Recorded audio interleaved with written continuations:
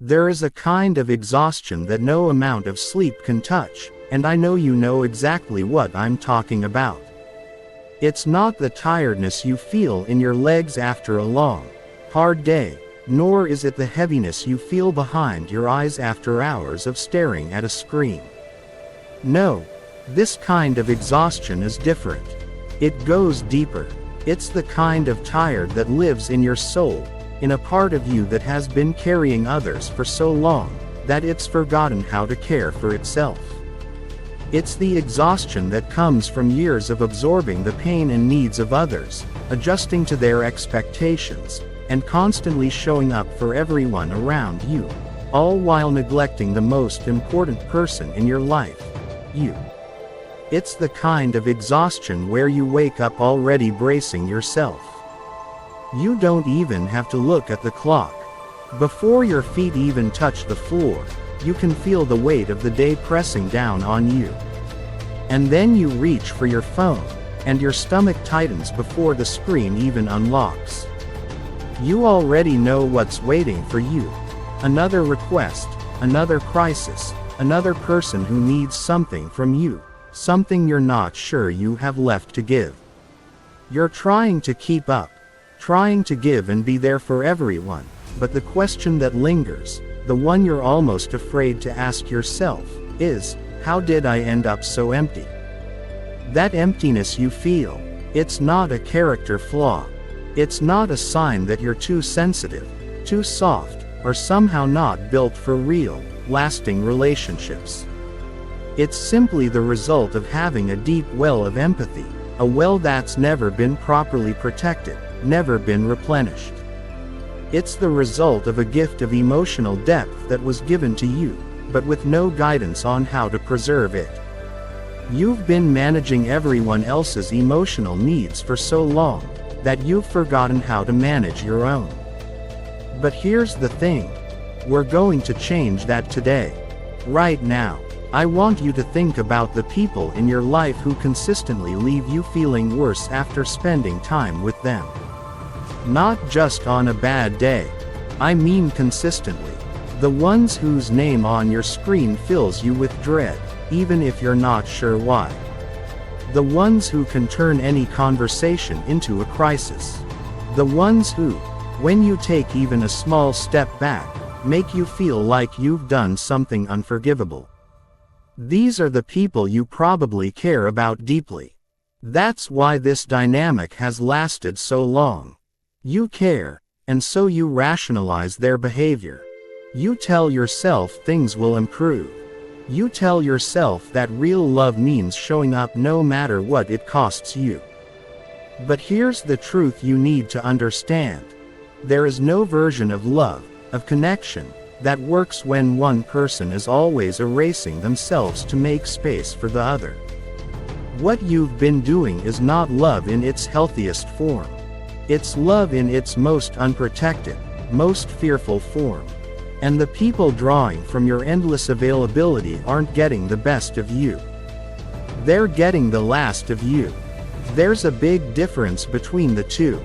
Research shows that consistently absorbing other people's emotional distress without enough recovery time doesn't just make you tired, it rewires your brain.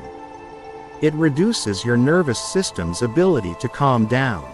Over time, you end up with something called compassion fatigue.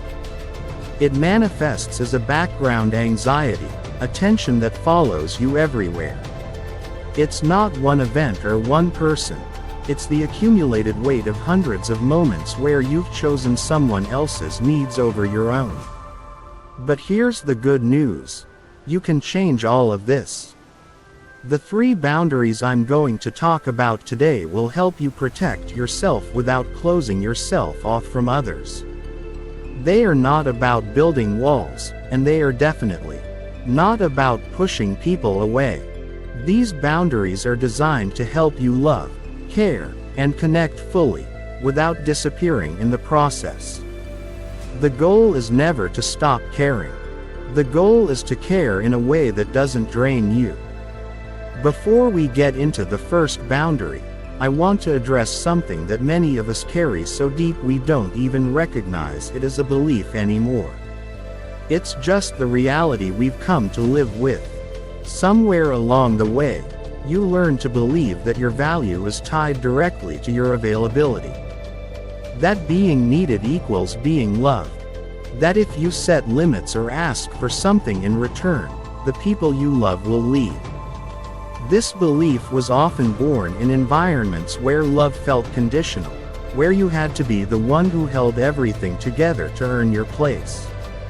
And I get it. If that's where you came from, pulling back feels like a threat. Saying no feels like you're rejecting love itself. But here's the truth. A belief born out of survival doesn't have to control your life forever. You are an adult now, with the ability to choose. The most important choice in your relationships is not whether to love deeply. That's something you already do. The most important choice is whether you will love yourself with the same consistency you've been extending to everyone else. Now, let's talk about the first boundary, the energy audit boundary. This one doesn't start with a confrontation or a difficult conversation. It starts with radical honesty with yourself. It begins with a single question. After I spend time with this person, do I feel more like myself, or less? Do I feel energized, or drained? Relationships that drain you have a very specific effect. They don't just leave you tired, they leave you smaller.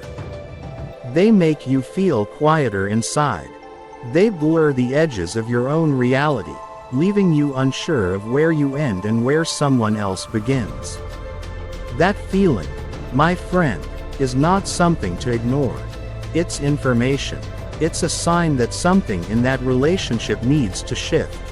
The energy audit boundary is not about labeling people as good or bad. Most of the people who drain you don't even realize they're doing it. They've never had to manage their own emotional world because you've been so willing to manage it for them. The pattern has been quietly, gradually established over time. But it doesn't have to continue.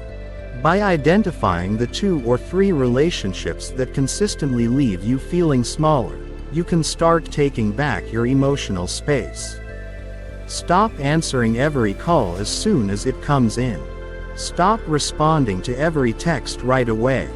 Practice saying, I care about you, but I don't have the capacity for this conversation right now. And when you say it, mean it.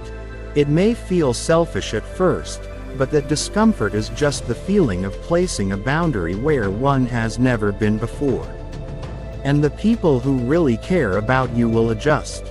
The ones who respond with anger or guilt.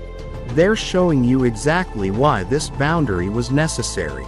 Now, let's move to the second boundary, the guilt narrative boundary. Have you ever set a limit, only to be met with a sigh? A silence that drags on too long, or words like, I thought you cared about me, or, after everything I've done for you. That's guilt being used as control. Guilt sounds like a verdict. It's a manipulation tactic, a way to make you feel like the bad guy. And when you feel it, your natural instinct is to fix it, to apologize, to soften your boundaries. But here's the key. You need to stop negotiating your limits when you're in the middle of a guilt trip. This is not about being cruel, it's about protecting your own truth. Hold the boundary. Feel the discomfort. Let the person be disappointed. Their disappointment is not a crisis, it's just the relationship recalibrating to a new reality where you are a full participant, not just a resource. And finally, we come to the third and deepest boundary, the self-continuity boundary. This one is about protecting the most fundamental part of you, yourself. Your sense of self, the person you are underneath everything, has been slowly eroded over time. You've sacrificed pieces of yourself, one small surrender at a time. But the self-continuity boundary is about stopping that. It's about honoring your truth, your needs, and your feelings, even when they conflict with others' expectations. This boundary is about choosing yourself first, about making decisions that honor who you are, not who others need you to be. When you start setting this boundary, some relationships won't survive the shift. Not because you've become cold or selfish, but because those relationships were based on a version of you that no longer exists. And while it may feel painful to let go of those relationships, remember this: the ones that survive will be the ones that can hold all of you, not just the part of you that's been performing. Setting these boundaries isn't about making you less loving. It's about making your love more sustainable. It's about creating a life where you are present and whole, not depleted and empty. Your empathy is a gift, and it deserves to be protected. Your energy is valuable, and it should never be given away without consideration.